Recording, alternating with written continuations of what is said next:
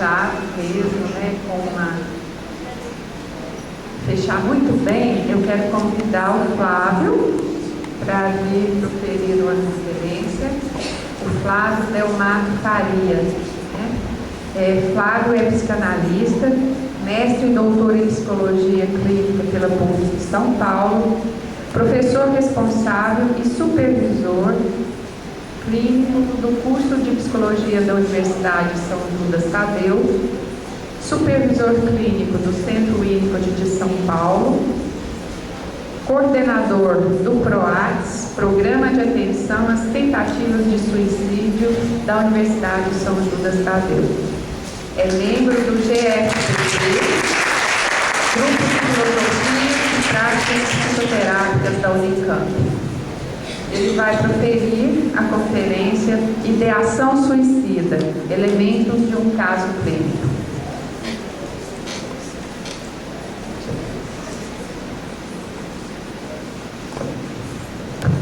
Boa noite a todos. Agradeço aos organizadores, Conceição, o convite para proferir essa palestra. E confesso que eu estou um pouco preocupado porque falar de psicossomática é difícil. Falar de suicídio e psicossomática é bastante difícil, né? Quanto à psicossomática, acho que vocês já tiveram uma boa ideia aí a respeito da dificuldade das abordagens do tema e da profundidade de estudo que ela exige, de conhecimento da teoria. É um campo aberto à pesquisa e estamos aí caminhando nele. Com relação ao suicídio, as dificuldades se somam porque, principalmente em psicanálise, até hoje, não havia uma teoria que de fato trouxesse alguma contribuição efetiva, não só para a compreensão do suicídio, mas também para a prática clínica com o paciente suicida.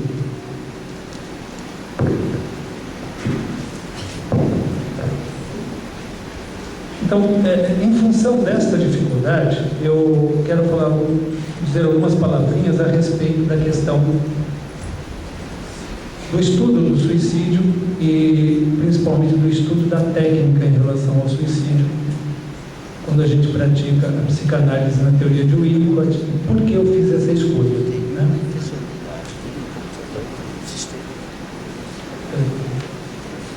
Está dando para ouvir aqui agora? Bom, a minha prática vem de um tempinho já trabalhando com pacientes que tentavam suicídio, e eu comecei essa prática no hospital público, e naquela época eu tinha assim, uma equipe de pessoas que trabalhavam, fazia parte dessa equipe, e nós não tínhamos um arcabouço teórico e técnico que nos permitisse trabalhar adequadamente com esses pacientes. Eu, na época, usava bastante a teoria de Freud, aplicávamos alguns conhecimentos da teoria de Melanie Klein, mas o que nós víamos na teoria a respeito do suicídio, eu devo dizer, tem que ser bem claro a respeito disso, Freud não tem uma teoria sobre suicídio, e as contribuições que ele oferece para o estudo do suicídio realmente são precárias, né? Nós temos aí a questão da pulsão de morte em Freud, etc., mas a pulsão de morte não explicaria o suicídio, né? Está dando para ouvir? A questão da pulsão de morte, por exemplo, não explicaria em si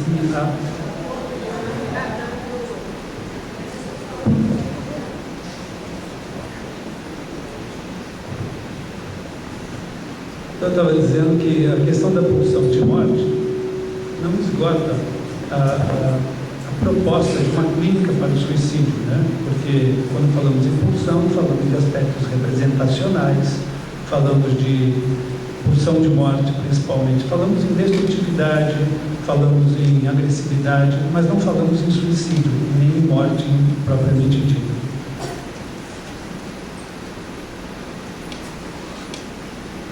Naquela época eu comecei a trabalhar com os pacientes suicidas, e comecei a ter que tomar algumas atitudes diante desse abismo que havia entre o que nós líamos na teoria psicanalítica e o que fazíamos, né, o que tínhamos de fazer na nossa abordagem dos pacientes. Eu tive que começar a tomar algumas atitudes que eram regidas pelo bom senso, eram orientadas praticamente pelo bom senso. E quando fui, então, fazer o mestrado, buscando alguma ajuda para poder compreender um pouco melhor essa questão do suicídio, até por sinal, na época, não havia ninguém que quisesse me orientar nesse tema, eu não encontrava um orientador que pudesse me ajudar nesse tema, né? Até que encontrei o professor Loparic, que foi quem encampou essa briga junto comigo. E nós não tínhamos, como eu não tinha esse arcabouço teórico, então eu fui fazer o mestrado tentando entender, né, um pouco mais, encontrar alguma teoria que me desse respaldo para aquilo que eu já estava fazendo, que de alguma maneira estava funcionando, mas era uma coisa absolutamente intuitiva e algo que eu pudesse, de fato, fundamentar uma prática clínica, que eu pudesse estender a outros tipos de pacientes, não só os pacientes hospitalizados, porque eles ficavam muito pouco tempo com a gente lá no hospital. Bom, a minha surpresa foi encontrar na teoria de Winnicott muitas coisas que eu já estava fazendo, né, e que o Winnicott propunha, como manejo de setting, holding, como técnicas, né, de aplicação do contexto teórico à psicoterapia.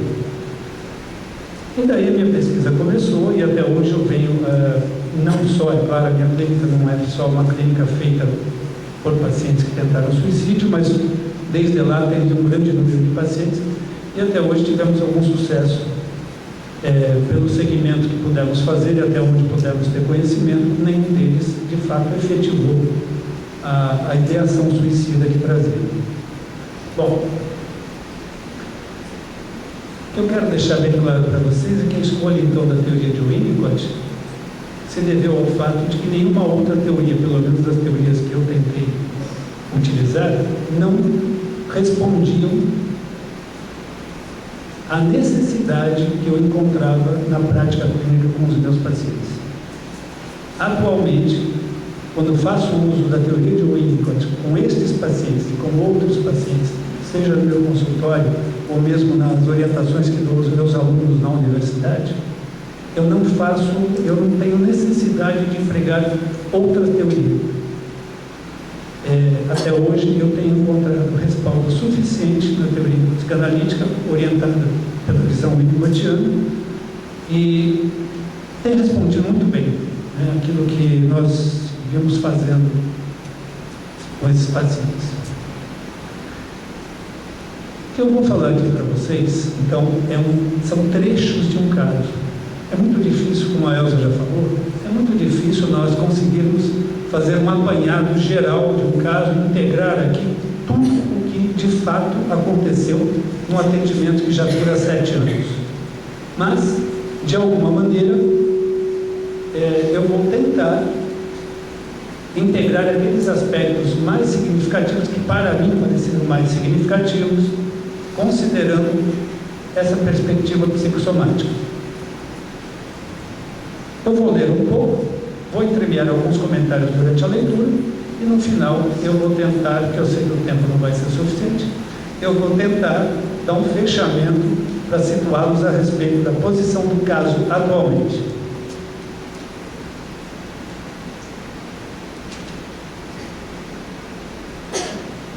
O paciente, que aqui chamarei de B, conta aproximadamente 50 anos.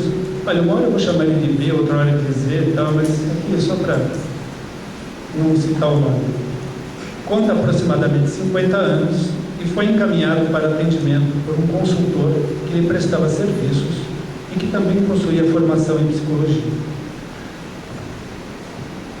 Esse profissional justificou o encaminhamento devido às falas cada vez mais frequentes do seu cliente a respeito do desejo de desistir dos empreendimentos e da vida em geral, chegando a declarar em diferentes situações sua intenção de pôr termo à própria vida. Esse consultor era um ex-aluno meu que sabia da minha prática com esse tipo de paciente, que tinha formação numa outra área, onde de fato ele atuava, E ele fez psicologia comigo depois de atuar muito tempo já nessa área, e ele prestava consultoria para empresários. E ele se assustou muito com o discurso desse paciente, porque ele estava realmente numa situação financeira extremamente difícil. Eu vou historiar um pouco para vocês, porque tem a ver com o caso. E esse consultor não via nenhuma possibilidade de avançar no trabalho, a não ser que tivesse alguém fizesse uma intervenção urgente que permitisse uma integração muito rápida com ele, porque ele achava que se esse homem não fosse atendido, em breve ele cometeria suicídio. A impressão psicossomática que ele me deu, eu vou transmitir rapidamente. O paciente é um homem de média para baixa estatura, cabelos acinzentados, pois começa a ficar grisalho, magro, complexão física relativamente franzina, semblante muito grave, olhar intenso, parecendo fitar o interlocutor com a intenção de penetrar em seus pensamentos. Ele olhava assim com um olhar duro, um olhar muito duro e penetrante, de fato. Não exatamente seguro. Parecia ser mais um olhar profundamente atemorizado, querendo prescrutar, os pensamentos do outro. Ao mesmo tempo em que observava atentamente o ambiente, seus gestos comedidos transmitiam uma tensão constante, apesar de sua fala ser pausada, econômica e objetiva. Essa foi a impressão que ele me causou no primeiro dia. A fala pausada, econômica e objetiva, depois eu iria descrever como lacônica. Era um laconismo tremendo e uma terrível falta de comunicação do que havia. No primeiro encontro, a respeito do primeiro encontro, quando ele me contatou pelo telefone, pareceu ser uma pessoa bastante segura e objetiva, e essa impressão poderia ter permanecido por muito tempo, se não fosse, logo nesse primeiro encontro, a sensação de que uma tensão tremenda invadia todo o ambiente do setting durante todo o atendimento. Tendo chegado com atraso de mais ou menos 20 minutos, ele justificou-se, dizendo que tivera problemas para levar a filha à escola. Ele dizia que essa filha adolescente tinha dificuldades físicas muito graves e precisava de atenção permanente, e não havia quem a tivesse levado para a escola naquele dia.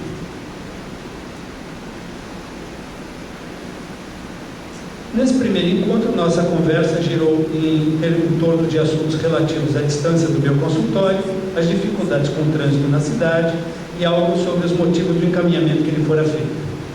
Ele foi enfático, logo no primeiro encontro, ao afirmar que me procurara apenas devido à insistência do seu consultor, pois o mesmo havia colocado o trabalho psicoterapêutico como condição para que pudessem continuar se encontrando. Disse-me que não nutria muita simpatia pelo trabalho analítico. Aliás, ele falava assim, eu não acho que eu tenha solução. Eu só vim aqui porque eu não quero abrir mão de todos os meus compromissos, mas eu não estou aguentando mais.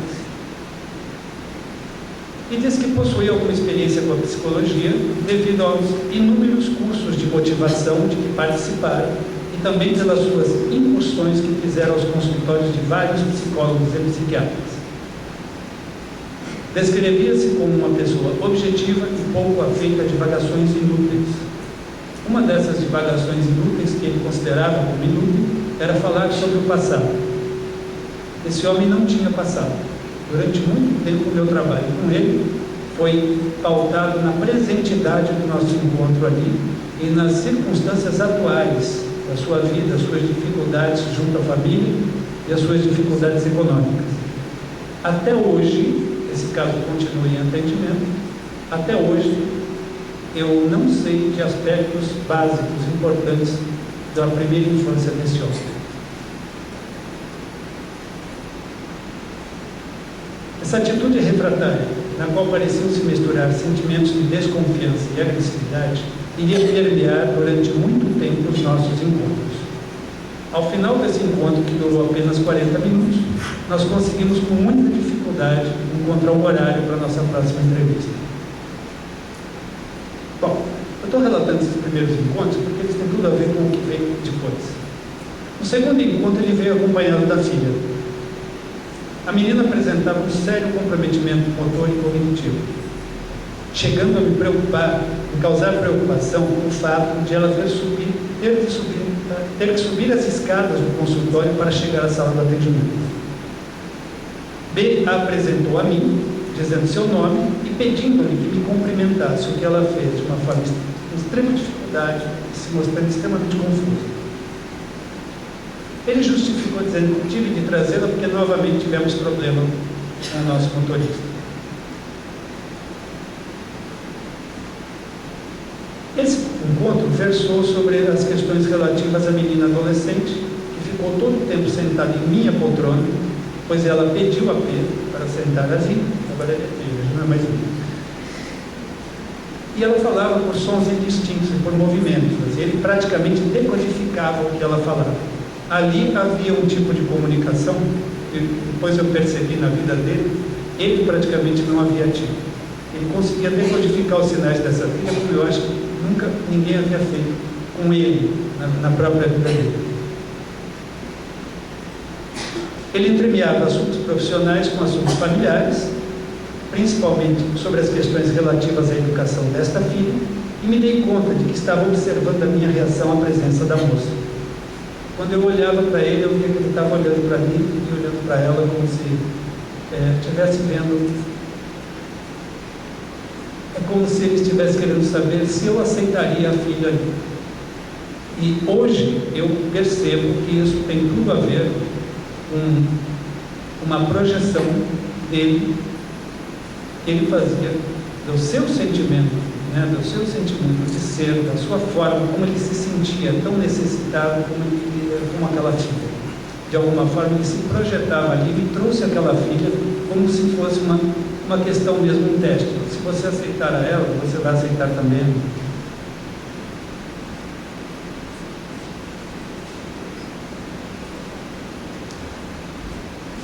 Nas sessões subsequentes, ele veio nos horários combinados,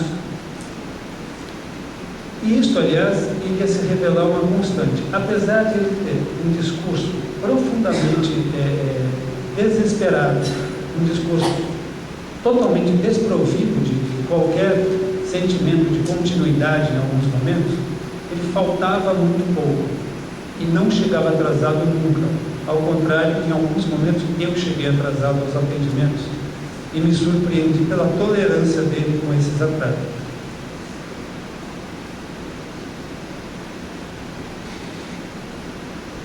Bom, aqui eu preciso fazer um outro parênteses, porque para remontar esse caso para contar para vocês foi muito difícil, porque qualquer coisa que eu vá falar sobre esse caso me traz uma sensação de um vazio tremendo, de uma aridez e de uma falta de acontecimento, apesar de nós termos 7 anos nos encontrando 2 vezes por semana e às vezes 3 vezes por semana. Em alguns momentos, inclusive, quando eu pedi ajuda para fazer alguma supervisão nesse caso, porque ele é um caso muito difícil mesmo, eu não tinha muito o que falar. Eu me dava conta que, se eu falasse da última sessão, eu já estaria falando das últimas 10 sessões, porque as coisas aconteciam de uma maneira muito lenta, as coisas eram era uma mesmice, que faltava os nossos encontros, e que eu percebi que para ele isso era uma coisa muito importante, mas eu demorei para me dar conta disso.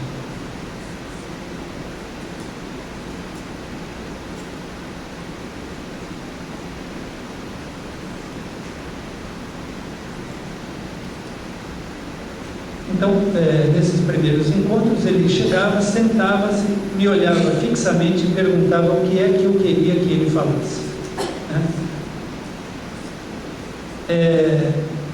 Logo nos primeiros encontros, eu tentei levantar alguma coisa a respeito das dificuldades dele com a filha, porque os assuntos sobre as dificuldades com a filha estavam sendo recorrentes. Algumas coisas que ele me trazia a respeito da escola para ela, etc. Mas ele não quis muito falar sobre isso. O que ele quis falar mais foi, ele não quis falar sobre as dificuldades com a escola. Ele quis me contar a trajetória de vida da filha e do percurso que ele e a esposa fizeram por consultórios de especialistas que e jamais conseguiram me fornecer um diagnóstico definitivo sobre o mal que afetava a menina. Por essa ocasião, ele me descreveu com alguns detalhes, poucos e vagos, como era seu ar, como haviam confiado em um pediatra e sempre teimara em desfazer seus temores quando ele e a esposa começaram a perceber que algo não andava bem com a criança. Eles perguntavam para o médico: mas ela ainda não senta, ela ainda não se mexe, está tudo bem com ela, vamos esperar um pouco. Era isso que ele me relatava.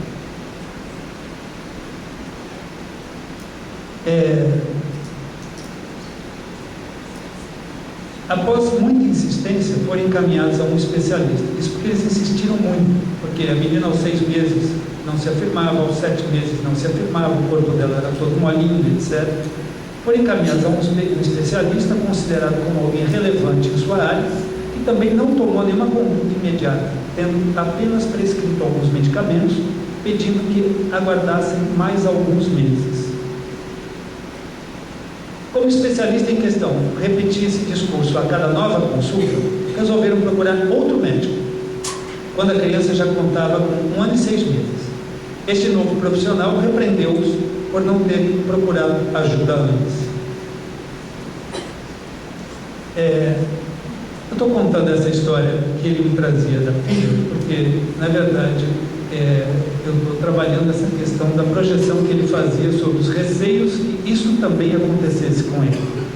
Porque ele tinha um medo muito grande de psicoterapeutas, porque ele teve experiências desastrosas com alguns, e de psiquiatras.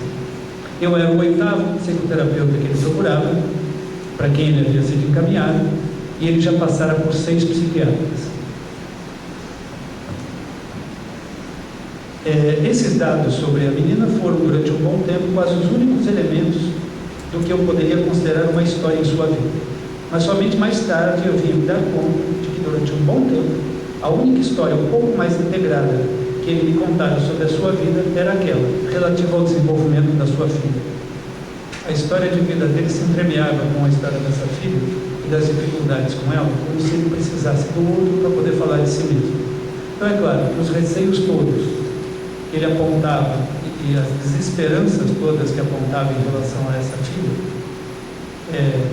era também uma espécie de projeção que ele fazia sobre os medos de não ter saída, de estar sendo enganado e de não estar em mão de pessoa que pudesse de fato cuidar dele.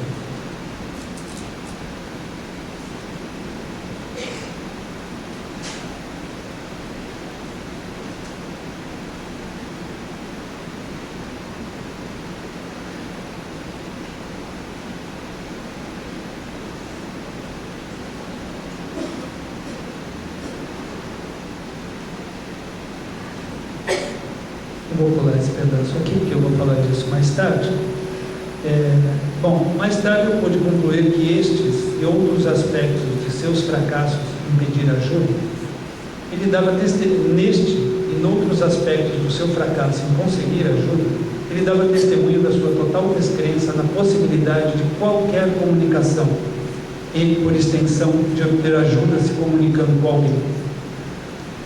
Uma característica marcante desse paciente é que, até hoje, ele não consegue me ligar se ele precisar de ajuda. Ele tem o meu celular disponível, eu deixo o celular disponível, porque tem outros pacientes em situação também bastante difícil. Todos os outros já me ligaram, ele não consegue me ligar, até hoje. Uma vez ele conseguiu me mandar um e-mail. O e-mail, na verdade, eu pensei que era uma queixa a respeito do estado, como ele estava se sentindo. E, na verdade, era um recorte de uma reportagem uma entrevista que ele deu ao jornal. Nesta época, ele estava assim, absolutamente desesperado e falando que iria tentar me mandar um e-mail para contar tudo o que ele estava sentindo na hora que ele estava sentindo. Ele iria tentar colocar no papel. Ele só conseguiu me mandar o recorte dessa entrevista. Quanto aos psicoterapeutas pelos quais passou, as experiências com alguns me pareceram desastrosas. Desculpa, eu vou ler um pedaço, mas eu posso falar dos terapeutas. Vou falar primeiro dos psiquiatras. Ele é empresário formado em engenharia, né? Ele estava vendo seus empreendimentos em outra área comercial, bastante diferente da que se envolveram naquele momento, ruírem de modo desastroso. Vira esses empreendimentos ruírem de modo desastroso, obrigando a fechar um conjunto de lojas que no passado havia se mostrado extremamente promissor. Atualmente, ele estava na área de construção civil e estava às voltas com dificuldades incalculáveis, pois foi abandonado por todos os investidores mais significativos, financeiramente mais significativos, no meio de um empreendimento imobiliário de grande porte, e teria que arcar praticamente sozinho com dívidas colossais para conseguir honrar os compromissos que assumiram junto aos investidores e compradores que haviam ficado com ele. Por que ele entrou nessa dificuldade? Era um grupo de pessoas que investiam dinheiro, confiavam nele, investiam dinheiro, e muito dinheiro, porque compravam cotas do empreendimento imobiliário. Só que ele não se comunicava, por exemplo, comigo, e ele não se comunicava com as pessoas, mas ele se comunicava com as pessoas erradas nas horas erradas. Então ele chegava, por exemplo, para os investidores, ele chegou para um dos investidores e contou para ele que ele estava com uma tremenda dificuldade financeira e os negócios não iam bem, e abriu um livro caixa para esse investidor. Esse investidor pegou e contou para todo mundo. Lógico, todo mundo estava botando muito dinheiro ali. Então ele cometeu uma doação, mais tarde fez muito sentido, eu entendi o porquê isso era feito, porque ele precisava desesperadamente procurar ajuda onde quer que fosse. Só que ele não sabia em que direção olhar e para quem pedir ajuda. Então, na hora do desespero, ele abria comunicação com quem estivesse por perto. Era o tipo da pessoa que você chega e pergunta: ô fulano, como é que você está? Ah, não estou bem, rapaz, senta aí que eu preciso falar com você. Desfiava a vida inteira. Só que essa comunicação era uma comunicação tagarela, né? Na verdade, ele não tinha esperança de retorno. Ele só precisava comunicar uma dor que ele também não sabia exatamente qual era. Bom, na medida em que ele fez isso, os investidores se afastaram, o abandonaram, e ele ficou só com aqueles que não haviam tido contato com os demais, com dívidas incalculáveis na mão. E à medida que foram pedindo o dinheiro de volta, ele foi devolvendo. Ele devolvia o dinheiro. Estava no contrato com esses investidores de que eles não poderiam tirar o dinheiro senão no final do investimento, caso quisessem, no final da construção dos prédios. Mas ele abriu mão. Ele justificou dizendo que ele abriu mão porque ele não estava colocando dinheiro dele, ele só estava manobrando com o dinheiro dos outros. Bom, quem olhasse isso de fora iria falar: faz sentido, né? Ele tem telhado de vidro, então ele não pode levar pedrada. Então ele quer neutralizar a agressividade do outro. Na verdade, ele não queria só neutralizar a agressividade do outro. Ele estava também projetando, né, nesse empreendimento, a sua situação de vida. Ele queria, inclusive, neutralizar o retorno a reação agressiva do outro, mas também, na medida em que ele não devolvesse o dinheiro e ele tivesse que entrar em conflito com a pessoa que estava exigindo o dinheiro de volta, ele tinha medo da própria agressividade do outro. Então ele neutralizava a situação, devolvendo o dinheiro para todo mundo. Ficou com uma dívida de milhões. Ele frequentava inúmeros cursos motivacionais ligados à área de empreendedorismo, vendas e administração financeira. E nesse começo do atendimento, ele atribuía à programação neurolinguística o fato de ainda conseguir manter-se inteiro e administrar os seus negócios mal. Ele reconhecia que administrava mal. Por que programação neurolinguística? Ele era, claro, uma pessoa extremamente mentalizadora. Não foi à toa que ele escolheu a área de engenharia. Ele ia para terapia, ele ia para análise, e ele não falava em sessão, ele falava em aula. Ele sentava, no final da sessão, ele falava: você me dá essa aula e eu saio daqui, eu não consigo aplicar isso lá fora. Eu demorei mais ou menos uns 2,5 a 3 anos para explicar para ele que aquilo não era aula, ele não entendia que ele não podia estar numa outra situação onde ele não estivesse tomando aulas. Mas havia implicitamente aí um outro sentimento, e nós vamos explicar, eu espero conseguir explicar por causa do tempo, de onde vinha esse sentimento. A tremenda impotência que ele sentia na relação com o pai, que nunca legitimou a potência dele e que o esmagava, literalmente esse pai o esmagava. Então, ele sempre tinha que vir assistir aulas, porque a atividade criativa era zero.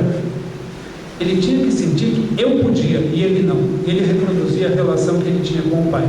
O pai sabia, o pai podia, ele não podia.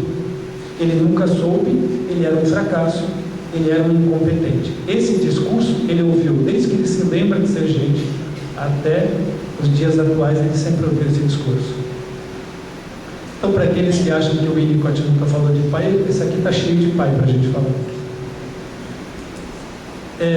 O seu humor oscilava em demasia, com demasiada frequência, e via-se preso de uma confusão de ideias e sentimentos que ele não conseguia descrever. Havia um sentimento de pânico que ele associava à impossibilidade de continuar existindo, pois não havia, nesses momentos, qualquer direção para onde pudesse seguir. Então era assim, ele começava a semana, ele vinha para o consultório pálido, com olheiras, às vezes tremendo, olheiras profundas. Eu tinha a impressão que ele tinha vindo correndo desde da casa dele para o consultório, uns 10 quilômetros de distância. Mas não, era o estado mesmo que às vezes ele acordava, porque começar qualquer coisa era terrível para ele. E começar a semana era como se fosse uma sentença de morte. E ele se via preso de uma enxurrada ele dizia assim, ideias sem imagens, pensamentos enlouquecidos que lhe vinham e ele não sabia descrever. Era isso que ele disse que iria descrever naquele e-mail que ele tentou mandar, só que ele só conseguiu mandar um recorte de um jornal. Era um pensamento sem imagens e uma sensação de estar caindo num vazio tremendo. Só.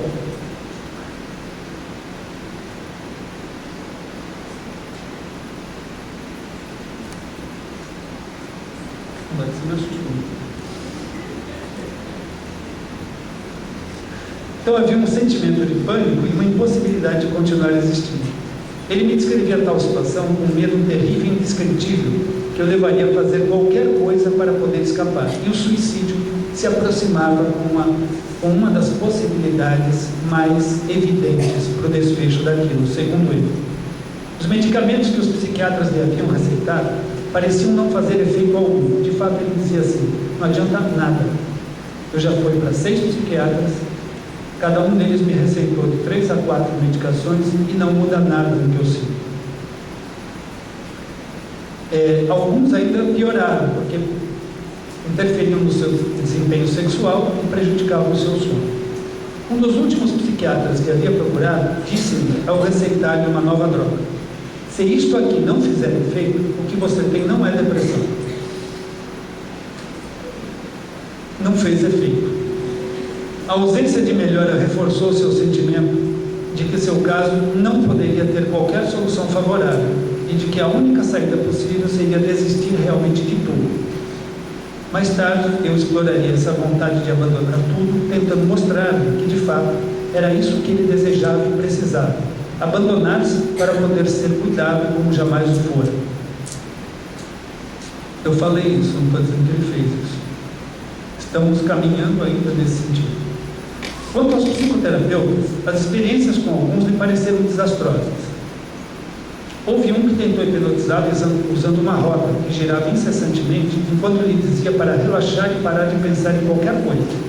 Porém, uma das queixas mais frequentes, entre tantas dele, era exatamente que não conseguia parar de pensar.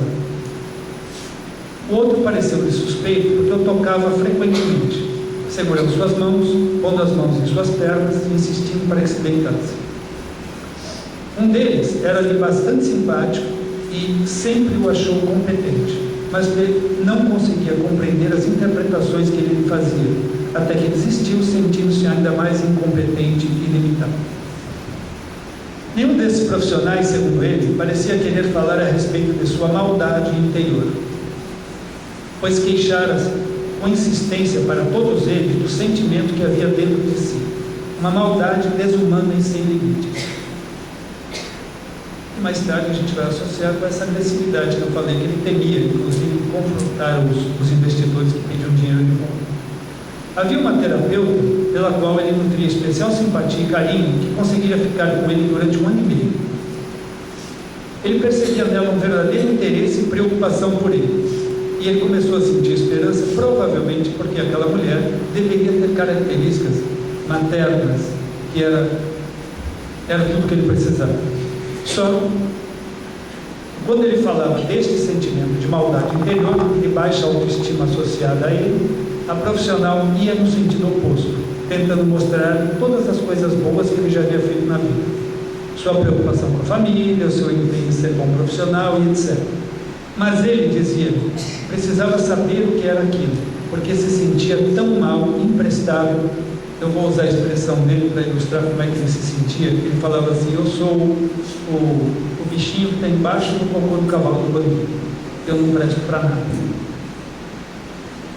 Nesse dia, ainda no começo do trabalho, isso aí já tinha corrido um bom tempo. Quando eu falo começo, é porque tudo parece tão devagar nesse atendimento. Eu lhe disse, de modo algo intuitivo, que eu olhei para ele e falei, bom, então, vamos ver o que é essa maldade. Vamos nós dois juntos, vamos ver o que é essa maldade. Anos mais tarde, ele me diria que aquela atitude fora uma das razões pelas quais resolvera ficar comigo e tentar mais uma vez.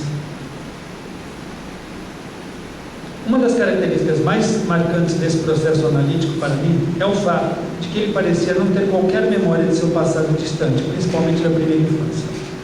Bom, quando essas memórias começaram a vir associadas ao tremendo sentimento de hostilidade e de ódio que ele tinha contra o pai. Este pai, desde que ele se lembrava, desde pequenininho para ele, era 9, 10 anos de idade, ele não tinha lembranças anteriores a isso. Durante um bom tempo no processo analítico, ele não tinha qualquer lembrança anterior a esse período da vida dele. É como se não tivesse existido até ali. Esse pai dizia para ele assim, quando ele queria brincar com os amigos, o pai falava assim, você não é vagabundo, você vai para a loja comigo, você vai trabalhar comigo na loja, você não vai se misturar com eles, você vai ficar aqui comigo. Só que o pai não ficava com ele, o pai levava ele para a loja e deixava ele lá. O pai tinha atitudes do tipo, quando ele se abria para tentar contar, como ele acabou fazendo mais tarde com esses investidores, etc., tentar contar as suas ansiedades, os seus medos, as suas inseguranças, o pai olhava para ele e falava, isso é bobagem. Depois pegava e contava para todo mundo o que ele tinha de contar. Então ele se sentiu humilhado pelo pai.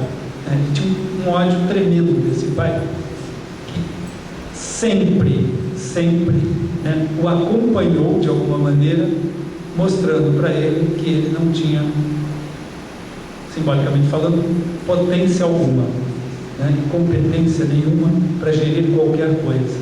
Então ele me dava exemplos. Por exemplo, eles estavam num jantar com pessoas convidadas, o pai perguntou para ele, bem, onde é que é tal rua? Quando ele ia responder, o pai virou para o outro e perguntou para o outro onde é que era tal rua. Quando ele apresentava um projeto, o pai pegava, punha de lado e às vezes no mesmo momento ligava para outra pessoa para pedir um projeto da mesma coisa.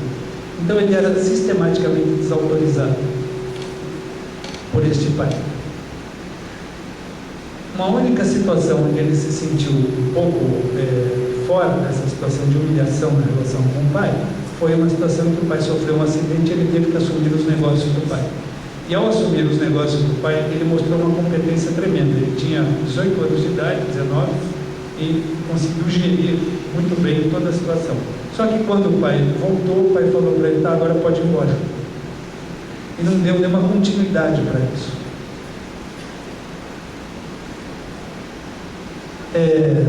Como eu tenho só mais 5 minutos, então eu vou tentar fazer uma síntese aqui desses acontecimentos na vida desse paciente. Toda a história dele era uma história voltada para um sentimento profundo de fracasso, de impotência, onde eu era colocado, sem me dar conta, numa situação de que eu era quem sabia, tudo que eu dizia fazia muito sentido, tudo que eu falasse para ele fazia muito sentido, só que ele era extremamente incompetente e não conseguia colocar nada em prática. E aí, mais tarde, eu percebi que, na verdade, ele estava me colocando na transferência no lugar do pai, deste pai. E ele tinha uma situação muito estranha na vida dele. Desde pequenininho, ele se lembrava de que na loja, na fábrica do pai, ele se escondia nas caixas de mercadoria para não ser encontrado. Não é que ele se escondia para chamar atenção, ele não queria ser encontrado. Em casa, ele se trancava no banheiro. Nas lojas, ele se trancava no banheiro também e ficava escondido. E quando achava no banheiro, ele corria, se fechava dentro das caixas e ficava lá escondido, porque ele não podia ser mais invadido de jeito nenhum. A única pessoa que ele lembrava era uma grata lembrança na vida dele, era um senhor extremamente simples, humilde, que eu ouvia e não falava nada. Bom, eu entendi isso como um sinal, um duplo sinal. Eu deveria ser também como esse senhor, extremamente humilde, e não falaria nada. Porque quanto mais eu falasse, eu seria mais um tentando tirá-lo desse banheiro. Ele precisava crescer primeiro fechado nessas caixas, ou no banheiro, ou seja lá onde for, para depois poder sair para o mundo. E a partir disso eu comecei a usar essa atitude terapêutica, e funcionou. Hoje, esse paciente me diz assim: as medicações não adiantaram, joguei dinheiro fora fazendo os meus cursos todos de motivação, etc., PNL, etc. Eu só estou vivo porque eu tenho aqui. E ele faz um uso do consultório que é como mesmo um ambiente facilitador. Ele às vezes chega 2 horas antes, fica ouvindo música, porque eu ponho música clássica lá embaixo, ele gosta, fica ouvindo música. Fazemos a sessão, ele me conta de todo o seu desespero, cada vez com mais objetividade, no sentido de conseguir transmitir aquilo que ele está sentindo de fato, e é uma sensação, conta transferencialmente, desesperadora às vezes. Depois ele sai e continua lá embaixo, às vezes por mais 1h30. Bom, o que eu quero dizer é o seguinte: seria muito fácil, neste processo todo, estar falando, e esse paciente tem um problema com o pai. 3 psiquiatras com quem eu falei me falaram: eu acho que o problema dele é com o pai. Tá bom, Só que e a mãe? Eu comecei a me perguntar: cadê a mãe? Essa mãe não aparecia nunca. Essa mãe não existia. Me chamou a atenção, eu comecei a me perguntar, não foi à toa. Quando uma das irmãs dele pediu ajuda, eu indiquei para uma colega, e essa irmã me disse assim: eu não lembro de uma situação em nossa vida que a nossa mãe tenha dado um sorriso ou tenha feito alguma brincadeira com a gente. A par disso, ele me trazia uma sucessão de lembranças. Quando as lembranças começaram a aparecer, primeiro associadas à questão do ódio ao pai, começaram a aparecer algumas lembranças. Um dia ele veio e falou assim: eu tenho uma lembrança, eu trouxe uma lembrança de quando eu era pequenininho, e ele era pequenininho mesmo, ele tinha 5 anos de idade. Aquilo para ele parecia um tesouro, parecia que ele tinha pescado um peixe. Falou: eu lembro que um dia eu estava na rua e olhei uma mulher levando uma criança para a escola. Eu falei: e?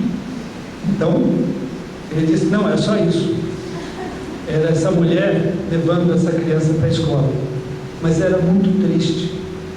Aquilo era muito triste. Era um sol triste. Tinha sol, mas era um sol triste. Bom, eu vou ter que ser muito rápido. Outras lembranças mais tarde vieram. Um dia eu estava na rua e vi o sol entrando entre os prédios. E aquele sol dava um colorido triste, era um amarelo, que era pôr de sol. Então era um amarelo assim, muito triste, uma tristeza tremenda. Um dia ele me trouxe uma outra cena onde ele estava assim, sozinho, numa bicicletinha, pequeno, olhando um corredor vazio, onde da rua da vilinha onde ele morava, e o tempo era muito triste. Ele falava assim: tudo que eu lembro é tudo muito triste. Bom, eu falei, então a mãe está aí. Eu pensei aqui comigo, eu falei, a mãe está aí. E aí nesse dia eu disse a ele, nesse dia que ele me trouxe inclusive uma outra lembrança, era uma outra lembrança, aqueles que têm a minha idade, acho que são, não sei se tem alguém da minha idade ainda, mas, oi? Não se fala ainda. Então, aqueles que têm mais de 40 anos devem lembrar que antigamente tinha uns postinhos assim da Écio que a criançada brincava, né? E ele trouxe uma imagem que ele estava brincando com esse postinho. Eu de novo com aquela ansiedade, né? Eu falei, bom, onde é que isso se encaixa? Mas nada se encaixava, essas imagens eram soltas no espaço e no tempo. Então, não, eu brincava com o postinho, mas como é que você brincava? Eu punha os carrinhos, tirava, andava e tal. Então, eu falei assim, não parece que está brincando, né? Parece que está cumprindo tarefa ali, fazendo movimentos. E eu falei, tinha alguém brincando com você? Ele falou, eu não lembro. Só lembro do postinho que eu tinha. E ali eu ficava em paz, porque eu estava eu comigo mesmo. Aí eu conseguia me sentir melhor. Bom, aí eu falei para ele, você nunca brincou. Você nunca pôde brincar. E você nunca esteve com ninguém de fato, né? E aí eu falei para ele assim, eu não tenho nenhuma dúvida que a sua mãe é uma mulher muito doente. Falei isso arriscando, mas eu tinha muita certeza do que eu estava falando. Ele me olhou meio espantado assim e falou, mas a minha mãe não tem nada errado com ela. Bom, mais tarde ele foi pesquisar com as irmãs e essa mãe sempre tomou medicação para depressão pesada, só que ele não sabia, ele nunca soube disso.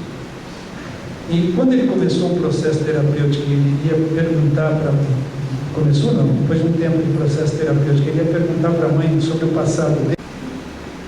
Ele não teve espelho no olhar dessa mãe, ele não teve elaboração possível para a impulsividade, para dar sentido e contorno ao próprio corpo, inclusive. O contorno dele fica na relação precária, estéril, que ele faz com os demais. Esse homem nunca conseguiu fazer uma escolha na vida. Ele disse assim, eu casei sem amar minha mulher, eu fiz um curso porque meus colegas me empurraram, e quando eu era adolescente eu brigava com todo mundo, e eu lhe disse assim, não é que você provocava a briga, você reagia. Porque quando o chamavam de baixinho, e ele é baixinho, ele ficava louco, ele brigava com qualquer um. Então eu cheguei à conclusão de que, a conclusão que eu digo não é uma coisa assim peremptória, isso está em andamento ainda, este pai, que poderia ser, do ponto de vista de uma psicanálise mais tradicional, o foco das questões de ser trabalhado em termos de ansiedade, de castração, etc., na verdade tem até uma função estruturante na vida desse paciente, porque a relação de ódio que ele tem com este pai organiza de alguma forma o impulso agressivo que não pôde ser elaborado na relação com a mãe. E este pai lhe dá sustentação para que ele de alguma maneira se sinta vivo nessa relação de agressividade constante, porque ele não teve de onde partir. E se ele não teve de onde partir, ele tem muito medo de regredir. Ele não está nem perto ainda da cura. Ele vai demorar muito tempo para poder fazer uma regressão na transferência e poder construir comigo o que não pôde construir nos braços da mãe. Aquela relação que nós vimos aqui, né, da criança, da mãe se comunicando com a criança, etc., é impossível fazer aquilo com uma mãe morta. Então, o processo regressivo desse paciente, na verdade, ainda não se iniciou. Tudo o que ele consegue fazer ainda é construir imagens e usá-las, e usar situações da vida real, uma realidade que se impõe a ele de uma forma medonha, para tentar dar sentido àquilo que na verdade não pode ser construído ou criado. Ele vai ter que fazer tudo comigo, na relação comigo. Daí a ideação suicida ser muito forte. Ele me disse uma vez, aliás ele me disse várias vezes, não é que eu queira morrer, mas eu não aguento mais. Porque fica muito difícil sustentar tudo isso quando você não teve de onde partir. E, portanto, você não tem para onde ir. Você não tem também aonde chegar. A única coisa que pode sustentá-lo é uma relação de presentidade constante comigo.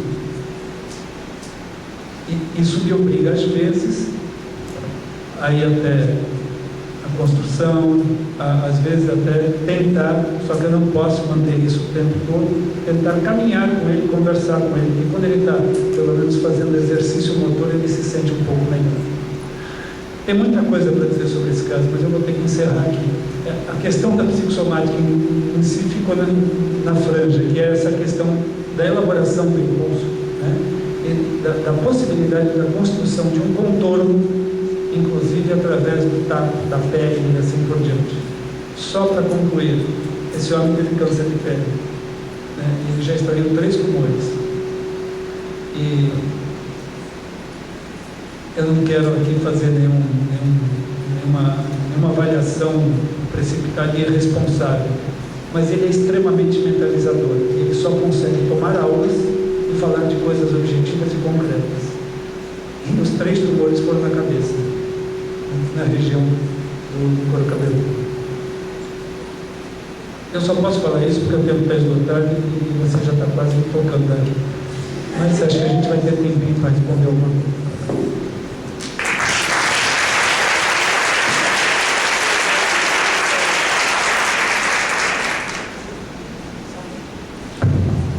Obrigada, Flávia. Eu não queria trocá-lo daqui, não. Se deixar, eu ficava aqui, mas amanhã tem voo para pegar, tem um punhado de coisa aí, não tem que. Bom, então nós temos um tempinho para perguntas, tá? Então vamos aproveitar esse tempinho que resta.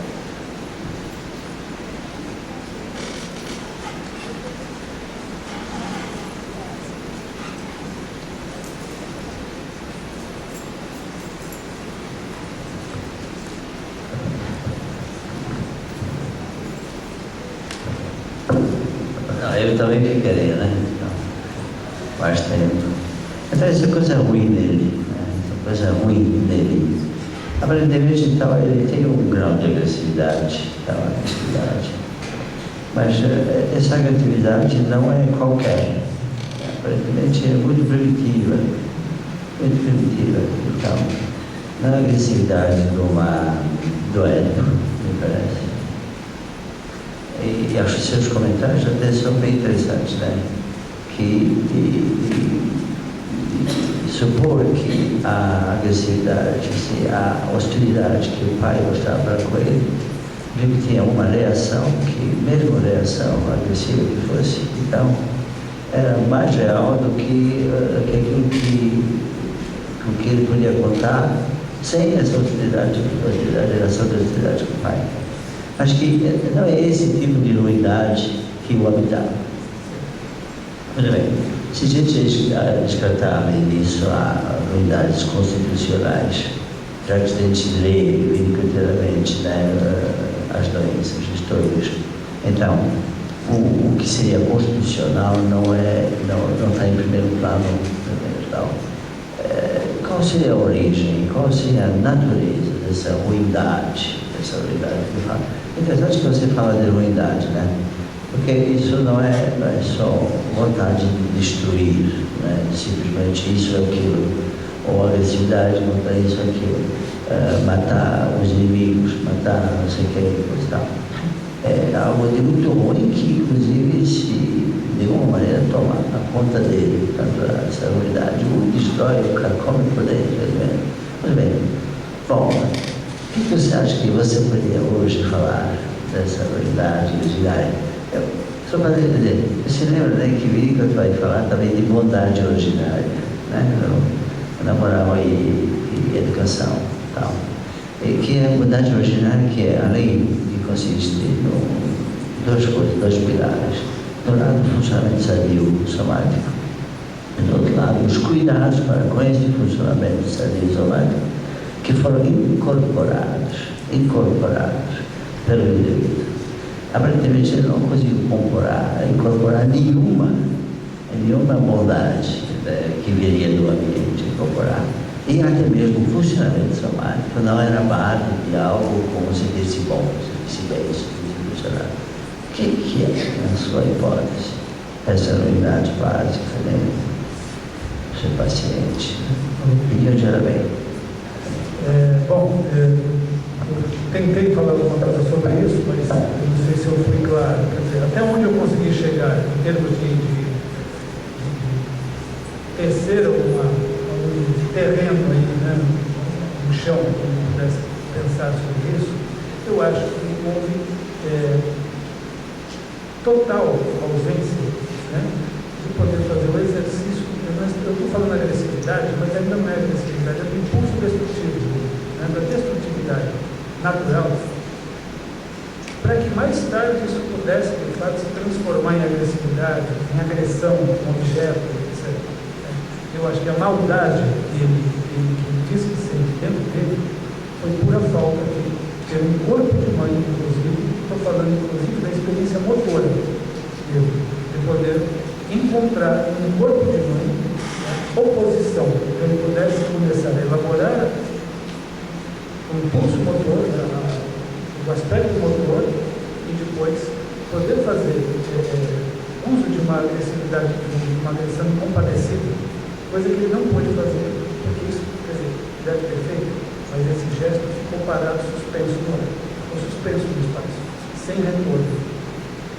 Então, na verdade, ele não pode elaborar agressividade ou agressão no sentido de dirigir isso contra o objeto. Isso ficou aprisionado, né? Como se ficasse aprisionado no próprio corpo.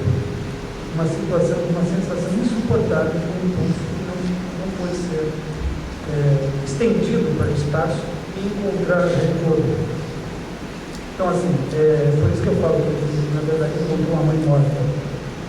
Não havia, na verdade, parece que não havia um corpo, né, onde ele pudesse, inclusive, estender os braços, estender as pernas, né, fazer o exercício da agressividade, da moralidade natural, né, da preensão, de morder, por exemplo. Né, e obter um retorno disso. E aí o conflito com o pai, né, que seria facilmente assinalável, acaba dando, de alguma forma, um precário, né, um sentido precário para esse impulso, sem correspondência ao outro. Então, na verdade, eu não posso tirar dele agora nesse momento esse conflito com o pai, porque é o que ele tem para poder sobreviver. Até que isso possa se transferir para mim. Não sei se isso será possível. Não sei se será possível.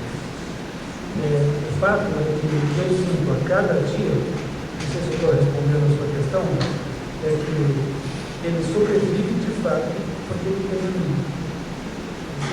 Nesse momento ele sobrevive porque ele tem essa relação comigo, que é exaustiva, que exige muito de presença.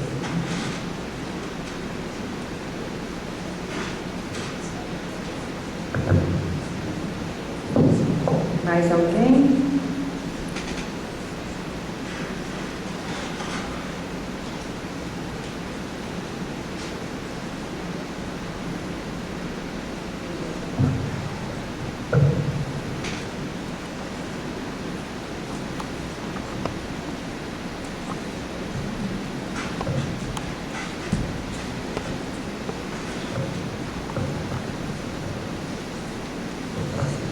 Bom, eu queria parabenizar a você pela apresentação, pelo caso, pela grande disponibilidade analítica de você em acompanhar a este paciente tão difícil, né?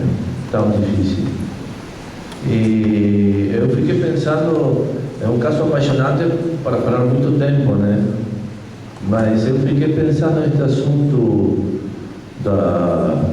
na transferência, lugar do pai, lugar do mãe, é bem interessante, né?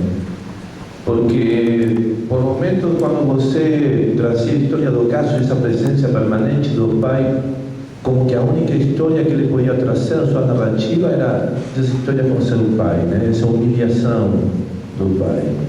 Eu me pergunto se, a partir do que finalmente você falou, se esta tanta presença do pai na transferência, que era inevitável no tempo, uma forma de ocultar o vazio depressivo da mãe. Era como como en español se llama recuerdo encubridor, lembrança que cubre, que engaña uma coisa, porque ele não tinha consciência, ele não podia trazer com palavras este assunto de uma mãe com essa quantidade enorme, uma mãe doente. Você interrogiu se sua mãe estava doente, verdade? Mas ele, acho que ele lo apresentou com o ato que na primeira sessão ele traz uma mulher doente, que é sua filha. Ele aí já estava falando de sua mãe, porque ele traz uma mulher doente, que tem problemas motrizes, e você falou da importância da motricidade na relação com a mãe morta, né? É um grande ponto, eu acho que é uma pergunta clínica, né? Quanto dessa filha danada, doente, evoca nele o assunto da mãe doente, que não se pode falar. Segunda pergunta, né? Quando você fala, muito interessante o assunto da maldade, né? Acho que tem dois momentos clínicos fundamentais nesse processo tão interessante que você conta. Um deles é quando você se faz a pergunta: e a mãe? Tanto pai, e a mãe? O que acontece com a mãe? Né? Um grande momento clínico, porque isso mostrou que você estava saindo dessa situação transferencial para abrir o campo a outra coisa, né? E eu me faço a pergunta se essa maldade, e outro grande momento clínico foi quando você, olhando nele, falou: bom, vamos entrar nessa maldade, vamos trabalhar juntos essa maldade, não fica só você, fica em mim também. Então a pergunta é essa, talvez não tenha a resposta certa, né? Qual é a origem dessa maldade? Será, qual é o destino? Eu me faço a pergunta: qual é o destino do odeio infantil por uma mãe que não reage? Porque o índico de odeio na contra-transferência ele esboça 18 razões pelas quais uma mãe odeia um bebê, certo? Mas também o bebê tem muitos motivos para odiar uma mãe que não responde, né? E essa maldade não terá essa origem? Que dentro dele ficou um odeio sem possibilidade de ser comunicado? Isso. A segunda pergunta, não sei se ficou muito clara para mim, mas se eu não responder, você, por favor, retome. Eu concordo com você e até obrigado por você ter dado essa dica, né, de que trazer a filha doente, né, já poderia estar aí implicando, né, de uma forma tremendamente inconsciente, né, trazer a presença, né, uma mulher, a minha presença, uma mulher doente, né, e ele ficava de fato olhando a minha reação a essa filha, né. Nesse aspecto eu não tenho o que opor ao que você está falando, não. Assim, eu acho que isso é muito uma contribuição até que você me dá para o atendimento desse caso, né? Porque de fato é bem provável que ali se mestram em várias situações, tanto uma atitude, uma projeção, vamos dizer assim, dele, né? No sentido de olha a minha infância como também toda despedaçada, né? Como toda prejudicada, né? Nesse sentido. Mas olha também a mulher, né? A mulher com tanta dificuldade, né? E que eu tenho que sustentar de alguma forma, né? Como se ele tivesse que administrar essa doença da mãe. Quanto a isso, se eu estou respondendo a sua pergunta, eu acho que até muito bem, obrigado. A segunda questão, eu não sei se eu situei exatamente o que você me perguntou, mas eu achei que eu tinha respondido quando eu falei com o Loparic a respeito, o professor Loparic a respeito disso, da questão do impulso agressivo, né, da destrutividade natural, né, que tem que ser acolhida no contorno feito pelo holding, né, no handling, né, na medida em que esse impulso vai fazendo sentido para a mãe. Nesse caso não fez, ele vai fazendo sentido para a criança. E daí se constrói mais tarde a possibilidade de ser agressivo de fato, né? Esse impulso é um impulso natural que na verdade não pode ser humanizado, vamos dizer assim, numa relação pré-primitiva. É assim que eu vejo. Esse caso está em andamento, tem muita coisa para ser vista ainda. Bom, gente, infelizmente nós vamos ter que encerrar, né? Agradeço mais uma vez a você, Flávio, tá? Pela brilhante exposição. Bom, ele fica aqui, me ajuda a finalizar aqui, né? Porque quem ficou até agora, né, vai poder ser agraciado com 2 livros, então vamos passar ao sorteio. Né? 2 a 400, porque o número 1 sou eu, não vai. 2 a 400? 159.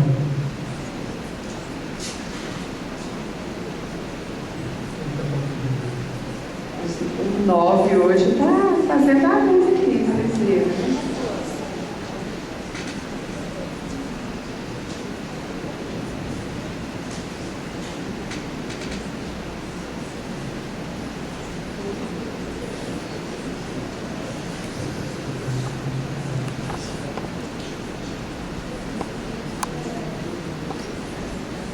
Podia falar outro número, fala, João Paulo, porque já vai procurando a questão. 38.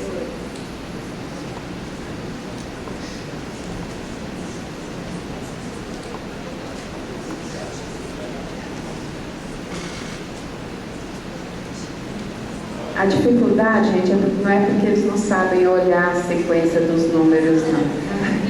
É porque ficou na ordem alfabética e aí saiu a ordem dos números, então tem que procurar só um.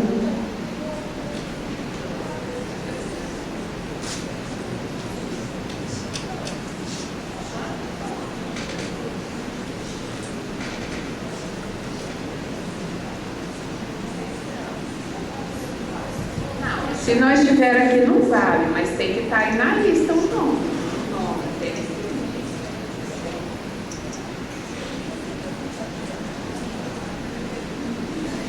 Acho que esqueceram uma lista para trás.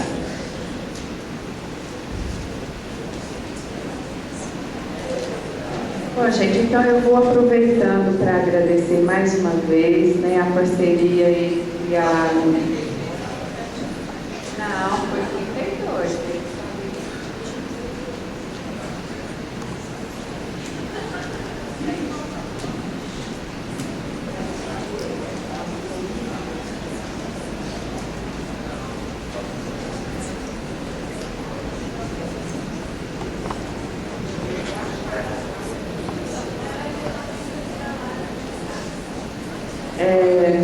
Bom, então eu queria mais uma vez agradecer a parceria da Universidade de Uberaba, Sociedade Brasileira de Psicanálise Cotiana e a Universidade Federal do Triângulo Mineiro, né?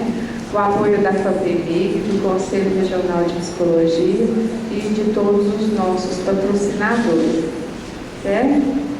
Parece que vamos achar ali.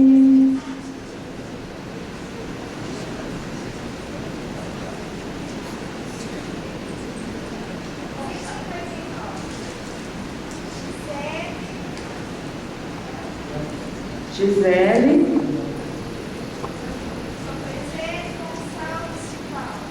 Gisele Gonçalves de Paula está presente? 32.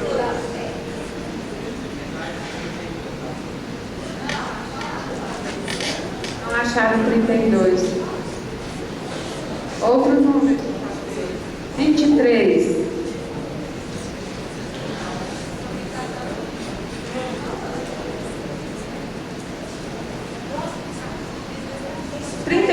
Achou 32.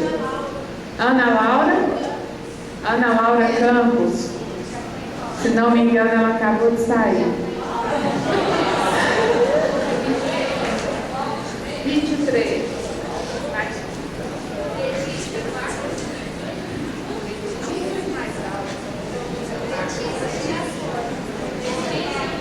170.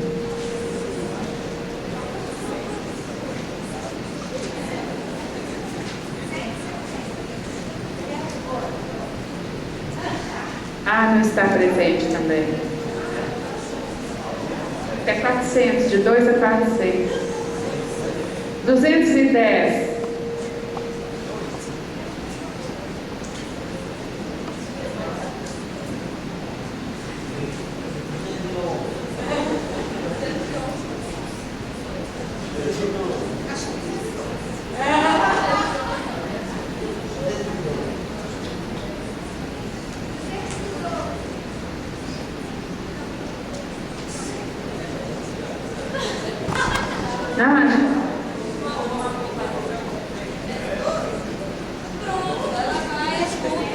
É mesmo? Isso, vamos solucionar o problema.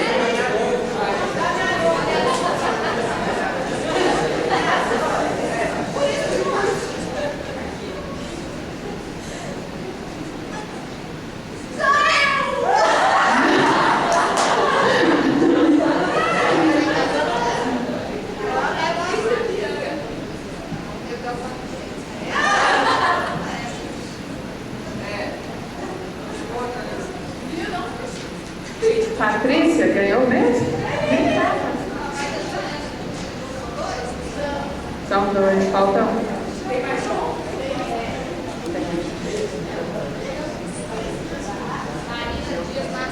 Marina Dias Macedo.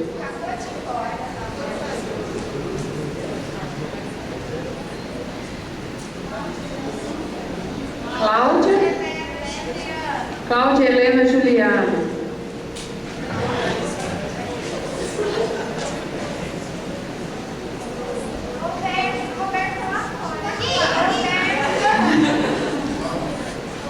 Roberta.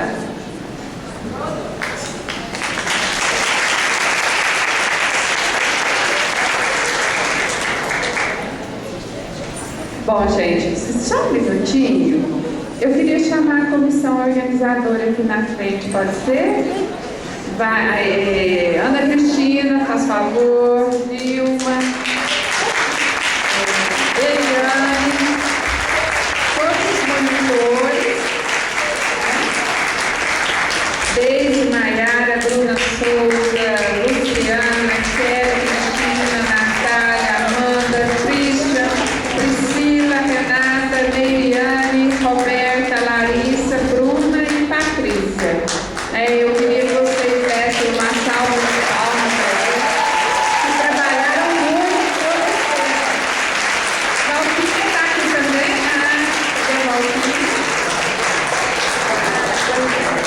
Gente, essa é a turma, né, que ajudou a organizar, né, me agradeceram muito, me elogiaram muito, mas sem eles eu nada teria feito, né?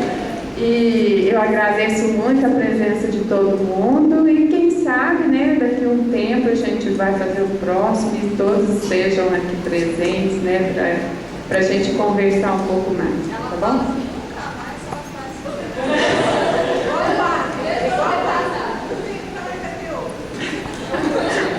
Não, gente, a gente tem que esquecer um pouco, né? Tem que esquecer, aí depois a gente pensa em outro, né? Mas muito obrigada pela presença e sem vocês também, nada teria sido possível. Muito obrigada. Queria convidar vocês a lembrar que no sábado, dia 24, às 9 horas, tem um seminário de psicanálise da Sociedade Brasileira de Psicanálise de Ribeirão Preto, no Cecília Palmeira. É a entrada franca.